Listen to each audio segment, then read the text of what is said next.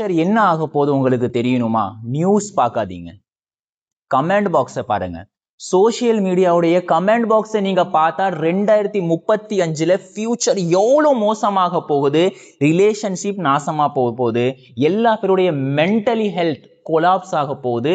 இது நீங்க கமெண்ட்ஸ் பார்த்தா தெரிஞ்சிடும். அது எப்படி தெரியும்? நீங்க கமெண்ட்ஸ்ல போய் பார்த்தா வச்சுக்கோங்களேன், இந்த மாதிரி வார்த்தைகளை நீங்க பார்ப்பீங்க. ஆரா பிளஸ் போட்டுட்டு 999 போட்டிருப்பாங்க, லவ் யூ நருட்டோன்னு போட்டிருப்பாங்க. அதுக்கு அடுத்தது இது என்னதுன்னு தெரியாது, OGKKTSPRன்னு போட்டிருப்பாங்க. இதுக்கு ப்ரொனன்சியேஷனே கிடையாது. இந்த மாதிரி மென்டல் மாதிரியான கமெண்ட்ஸை நீங்க பாக்குறீங்களா? இதை வச்சு இந்த சமூகத்துடைய, இந்த ஜெனரேஷனுடைய, குறிப்பாக ஜென்ஸீஸ் உடைய ஃபியூச்சர் என்ன சொல்லி உங்களுக்கு தெரிஞ்சிடும். அது எப்படி தெரியும்னா, இந்த கமெண்ட்டுக்கான நோக்கம் என்ன? Instant gratification. இன்ஸ்டன்ட் கிராட்டிஃபிகேஷன் என்ன? ஒரு கண்டென்ட்டை நம்ம பார்க்கிறோம், உடனடியா ரியாக்ட் பண்றது, யோசிக்கிறதே கிடையாது. கமெண்ட் ஃபர்ஸ்ட், முதல்ல கமெண்ட் பண்ணுவோம், திங்க் லேட்டர், அப்புறமா யோசிக்கலாம். ஒரு வீடியோ பார்க்கிறோம், அதுல நம்ம என்ன கருத்து சொல்ல போறோம் அப்படிலாம் கிடையாது. சும்மா ஏதாவது கடகடன்னு டைப் பண்ணிட்டு அனுப்பிடுறது. எந்த ஒரு விஷயத்தை செய்யறதுக்கு முன்னாடி யோசிக்காத ஒரு சமூகம் மாறப்போகுது. இன்ஸ்டன்ட் கிராட்டிஃபிகேஷன் இந்த ஜெனரேஷன்ல அதிகமாயிட்டு இருக்கு. அதனாலதான் இந்த மாதிரியான கமெண்ட் வருது. இந்த விஷயத்தை நம்ம பாதிப்பை பார்க்க முடியும்னா, முதலாவது பேராசோஷியல் அட்டாச்மெண்ட். ஒரு கேரக்டர் உலகத்துல எக்ஸிஸ்ட் பண்ணல, அந்த கேரக்டரை நம்ம நேசிப்பது. உதாரணத்துக்கு நருட்டோ இருக்கு, ஷின்சான் இருக்கு. நருட்டோ அப்படி ஒரு கேரக்டர் உலகத்துல இருக்கா, ஆனா கமெண்ட் பாக்ஸ்ல பாருங்க லவ் யூ நருட்டோன்னு போட்டிருப்பாங்க. அதே மாதிரி ஷின்சான் சொல்லி ஒரு கேரக்டர் கிடையாது, ஆனா நான் ஷின்சான் உன்னை ரொம்ப ரொம்ப நேசிக்கிற சொல்லிட்டு கமெண்ட்ல போட்டிருப்பாங்க. இங்க கொஞ்சம் யோசிங்க, இது சாதாரணமான விஷயமா நினைச்சுக்காதீங்க. ஒரு பொருள் இல்லவே இல்லை, ஆனா உங்களுடைய மைண்ட் அதை கற்பனை பண்ணி அந்த பொருள் கூட உங்களுடைய ஃபீலிங்ஸை வெளிப்படுத்துது, உங்களுடைய இமோஷன்ஸை வெளிப்படுத்துது. எப்படின்னா, இது ஒரு எக்ஸாம்பிளுக்கு, நீங்க ஒருத்தங்களை லவ் பண்றீங்க, நீங்க லவ் பண்ற அந்த கேரக்டர் உலகத்துல இல்லவே இல்லை. இப்போ நினைச்சு பாருங்க, நீங்க எவ்வளவு பெரிய முட்டாள். ஒரு கற்பனையை நீங்க லவ் பண்ணிட்டு இருக்கீங்க. இந்த சமூகத்துல இப்போ நடக்கிற பெரிய ஆபத்து தான், ஒரு கேரக்டர் இல்லவே இல்லை, ஆனா அந்த கேரக்டரை நம்ம நேசிக்கிறோம். அந்த கேரக்டரை இந்த சமூகம் லவ் யூ சொல்லி மெசேஜ் பண்ணுது. சாதாரணமான விஷயம் நினைச்சுக்காதீங்க. நம்முடைய மைண்டுக்கு இது ரியல் இல்லை, இது யோசிக்க கூட நம்ம டைம் கொடுக்கல. இதான் இங்க பிரச்சனை. அடுத்தது ட்ரைபல் மென்டாலிட்டி. ட்ரைபல் மென்டாலிட்டி என்னன்னா, அந்த காலத்துல தன்னுடைய பாதுகாப்புக்காக வேண்டி ஒவ்வொருவர்களும் தனக்கு ஒரு ட்ரைபை உண்டாக்கிடுவாங்க, ஒரு கோத்திரத்தை உண்டாக்கிடுவாங்க. இந்த கோத்திரத்தில் நான் சேர்ந்தவன், நான் இந்த கோத்திரத்தில் சேர்ந்தவன் சொல்லிட்டு ஒவ்வொரு கூட்டமாக, கோத்திரமாக பிரிஞ்சிருப்பாங்க. இந்த ட்ரைப் மென்டாலிட்டி இருக்க நீங்க கமெண்ட்ல பார்க்கலாம். நான் இந்த கட்சியில் சேர்ந்தவன், நான் அந்த கட்சியில் சேர்ந்தவன், நான் இந்த ஃபேன் அந்த ஃபேன் சொல்லிட்டு சண்டை போடுறாங்க. மை டீம் யோர் டீம் அப்படி சொல்லி பிரிச்சுட்டாங்க. ரெண்டு ஃப்ரெண்டுங்க ஒன்னா இருக்கிறாங்க, ஒன்னா படிச்சிருக்காங்க, ஒன்னா சுத்துறாங்க. ஆனா இந்த எலெக்ஷன் இருக்க நிறைய பேரை பிரிச்சிருச்சு.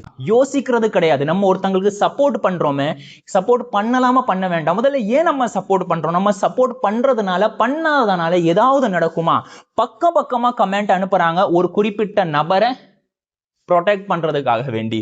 அடுத்தது ரெண்டாவது, அடுத்த ஒரு விஷயம் சொல்ற பாருங்க. இது எல்லாத்தையும்னால, இந்த கமெண்ட் இப்படி அவங்க செய்யறதுனால என்ன நமக்கு தெளிவு வருதுன்னா, என்ன நமக்கு தெரிய வருதுன்னா, ஃபியூச்சர் ப்ராப்ளம்ஸ், ஃபியூச்சர்ல சில ப்ராப்ளம்ஸ் வரப்போகுது.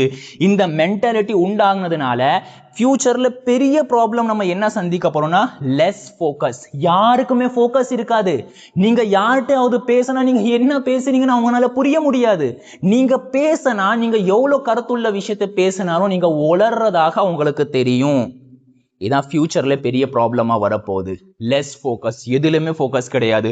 ஒரு ஹஸ்பண்ட் என்ன பேசுறா சொல்லி வைஃப்னால கவனிக்க முடியாது, ஒரு வைஃப் பேசுறத ஹஸ்பண்டால கவனிக்க முடியாது.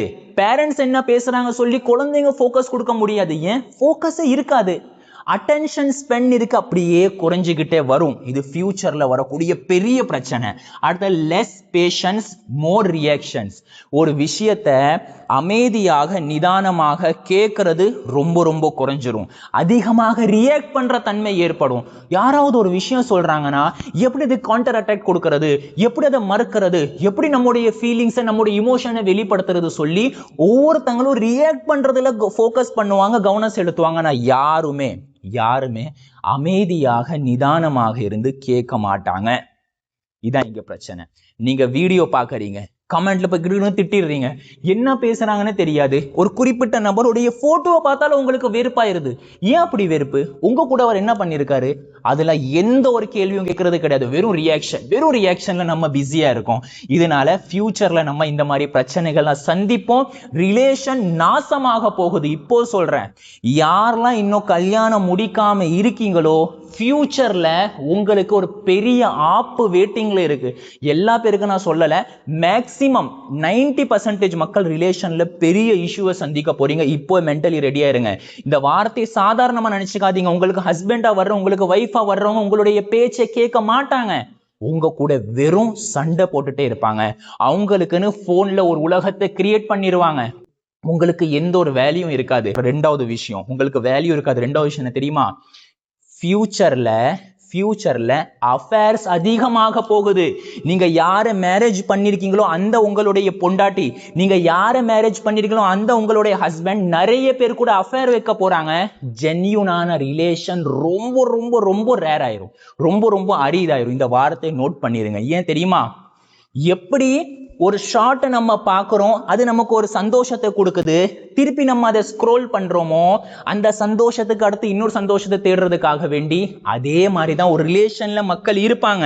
அந்த ரிலேஷன் போர் அடிக்க ஆரம்பிச்சிடும். திருப்பியும் ஷார்ட்டை ஸ்க்ரோல் பண்ற மாதிரி ஆளை சேஞ்ச் பண்ணுவாங்க. இது நல்ல நிதானமா நீங்க யோசிச்சு பாருங்க. இந்த சைக்காலஜி, இந்த மென்டாலிட்டி உங்களை சுத்தி நடந்துட்டே இருக்கு. ஆனா நீங்க இக்னோர் பண்ணிட்டு இருக்கீங்க. ஆமாவா இல்லையா? உண்மையில சொல்லுங்க. நிறைய பேர் தன்னுடைய ரிலேஷனை மாத்திக்கிட்டு இருக்காங்க. நிறைய பெண்களை, நிறைய ஆண்களை மாத்திட்டு இருக்காங்க. இது ஃபியூச்சர்ல இதையும் தாண்டி நடக்க போகுது. யாராவது 100ல் 5 பேர் 8 பேருக்கு தான் உண்மையிலேயே ஜென்யூனான ரிலேஷன் கிடைக்க போகுது. இது முதலாவது விஷயம். நல்ல மைண்ட்ல திணிச்சுக்கோங்க. அடுத்தது இன்னொரு விஷயம், ஃபியூச்சர்ல இது வச்சு ஒரு வேல்யூ கிரியேட் ஆக போகுது. எப்படி வேல்யூ கிரியேட் ஆகும்னா, எப்பவுமே பாருங்க, எது ரேரா இருக்கோ அதான் மதிக்கப்படும். ரேர் எப்பவுமே உயர்த்தப்படும். அதே மாதிரி ஃபியூச்சர்ல நீங்க ஃபோக்கஸ் அதிகப்படுத்திட்டீங்கன்னா, இல்லைன்னா இமோஷனல் ஸ்டேபிலிட்டி உங்கள்கிட்ட இருக்கா? ஒருத்தங்க உங்களை திட்டும் போது உங்களால அமைதியாக கேட்க முடியுதா? ஒருத்தங்க உங்களை காயப்படுத்தும் போது உங்களால அந்த காயத்துடைய உட்கார முடியுதா?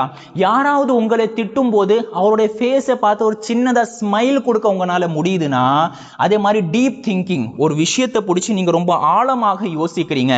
ஒரு சின்ன சென்டென்ஸை கூட வச்சுட்டு அதை புரியலைன்னா அங்கே நீங்க நின்றுட்டு இதுக்குள்ள என்ன கருத்து இருக்கும், என்ன மீனிங் இருக்கும் அப்படி சொல்லி உங்களால டீப் திங்கிங், ஆழமாக உங்களால யோசிக்க முடியுதுன்னா, அதே மாதிரி ஜென்யூன் ரிலேஷன், உங்களால உண்மையான உறவு யார் கூட வேணாலும் இருக்கலாம். உங்களுடைய பேரண்ட்ஸ் கூட இருக்கலாம். பேரண்ட்ஸ் கூட ஜென்யூனான ரிலேஷன் என்ன? அவங்களுக்கு எப்பவுமே துரோகம் செய்யக்கூடாது. எந்த விஷயத்தை பேரண்ட்ஸ் நீங்க சொன்னா அவங்க வருத்தப்படுவாங்களோ அந்த விஷயம் செய்யக்கூடாது.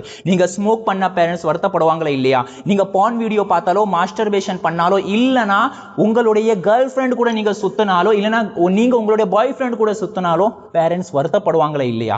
இந்த விஷயம் நீங்க செய்யாம இருக்கிறது நீங்க பேரண்ட்ஸ்க்கு ஜென்யூனா இருக்கிறது. ஒரு ஃப்ரெண்டுக்கு நீங்க ஜென்யூனா இருக்கலாம். உங்களுடைய ஃப்ரெண்டு, ஒரு 2 ஃப்ரெண்டு பிடிச்சிக்கோங்க. அவங்கள்ட்ட நீங்க பொய்ய சொல்லக்கூடாது. அவங்களை எப்பவுமே ஏமாற்றக்கூடாது. அவங்கள்ட்ட எப்பவுமே நீங்க டுவல் ரிலேஷன்ஷிப் வச்சிருக்கவே கூடாது. இந்த மாதிரி நீங்க ஜென்யூனாக இருக்க தொடங்குங்க. ஃபியூச்சர்ல உங்களுக்கு பெரிய வேல்யூ இருக்க போது. எல்லா பேரும் உங்களை மதிக்க போறாங்க, உங்களை தன்னுடைய லீடராக ஆக்க போறாங்க. நீ என்ன வேணா சொல்லு, நீ சொல்றதா என் வாழ்க்கை சொல்லி தன்னுடைய தலையை சாய்க்க போறாங்க. இதான் ஃபியூச்சர். நல்ல ஞாபகம் வச்சுக்கோங்க. இப்போ நம்ம செய்ய வேண்டிய விஷயம் என்ன? கான்க்ளூஷன் என்ன தெரியுமா? Think more. ரொம்ப யோசிங்க, நிதானமாக யோசிங்க. யோசிச்சு ரியாக்ஷன் லெஸ், ரியாக்ஷனை கம்மியா கொடுங்க. எல்லாத்துக்குமே ரியாக்ஷன் பண்ண வேண்டிய அவசியம் கிடையாது. ஒருத்தவங்களை திட்டுறாங்களா, அமைதியாக அவங்களுடைய பேச்சை கேளுங்க. ஒருத்தவங்க உங்களை காயப்படுத்துறாங்களா, நிதானமாக அந்த காயத்துக்குடைய நீங்க உட்காருங்க. உங்களுக்கு உள்ளே இருந்து ஸ்ட்ரெஸ் உண்டாகுதா, உடனே போன் எடுத்து ஸ்க்ரோல் பண்ணாதீங்க. ஏதாவது ஒரு படம் போட்டு பார்த்துட்டே இருக்காது, இங்கேயோ வெளியே சுத்த போயிடாதீங்க. ஒரு இடத்துல அமைதியாக உங்களுடைய உணர்வுகள் கூடயே நீங்க அலோனாக, ஐசோலேஷன்ல நீங்க உட்காருங்க. இந்த மாதிரி நீங்க செஞ்சீங்கன்னா உங்களுடைய ஃபோக்கஸ் இன்க்ரீஸ் ஆகும், உங்களுடைய ரிலேஷன்ஷிப்புக்கு வேல்யூ கூடும், உங்களை சுத்தி ஒரு கூட்டம் உண்டாகும். கடைசியா ஒரு விஷயம் சொல்றேன். நீங்க இந்த கமெண்ட் மூலமாக உங்களுடைய ஃபியூச்சரை நீங்க புரிஞ்சிட்டீங்கன்னா கமெண்ட்ல எஸ் மட்டும் போடுங்க. இந்த வீடியோ மற்றவங்களுக்கு ஷேர் பண்ணுங்க. பி அவேர், விழிப்புணர்வோடு இருங்க.